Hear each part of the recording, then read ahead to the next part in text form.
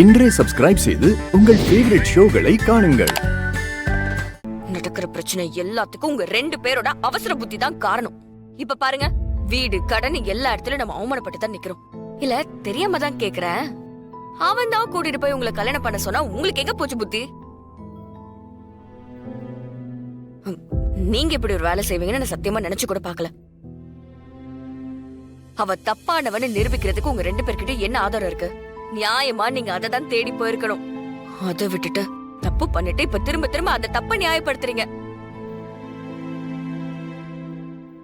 ஒரு பொய்ய மறைக்க எவ்வளவு பக்க பக்கமா டயலாக் பேசுவீங்க, எல்லாத்துக்கும் விளக்கம் சொல்வீங்கல்ல.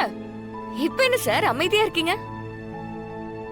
இந்த இவரை தாலை கட்ட வச்சுட்டா பிரச்சனை எல்லாம் முடிஞ்சிருச்சுன்னு நினைச்சிட்ட?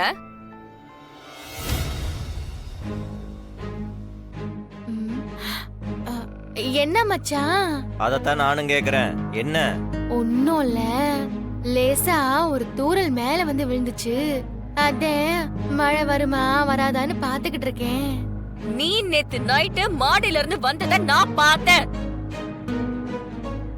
நில்றா, உன்கிட்ட தானே நான் பேசிட்டு இருக்கேன். நீ பாட்டுக்கு அமைதியா போயிட்டே இருக்க. நான் கேட்ட கேள்விக்கு முதல் பதில் சொல்லு. ஒரு முக்கியமான வேலையா போறேன், அப்புறமா திட்டு. அப்படின்னு உனக்கு வரேன். பாத்துக்கோங்க, ஒரு பிரச்சனைய பத்தி பேசிட்டு இருக்கோம், அது கண்டுக்காம அவன் பாட்டுக்கு போய்கிட்டு இருக்கான். அப்படி என்ன அவனுக்கு அவசர வேலை? இவனை நம்பி நீங்க ஒரு கல்யாணம் வேற பண்ணிருக்கீங்க. ஒண்ணு மட்டும் சொல்ற கார்த்திக், இந்த பிரச்சனை உங்களை எந்த சிச்சுவேஷன்ல கொண்டு போய் நிறுத்துமோன்னு எனக்கு தெரியல. இதுல என் தங்கச்சியோட வாழ்க்கை வேற நீங்க ரிஸ்க்ல வச்சிருக்கீங்க. எல்லாரும் முன்னாடி நமக்கு தானே கஷ்டம். நான்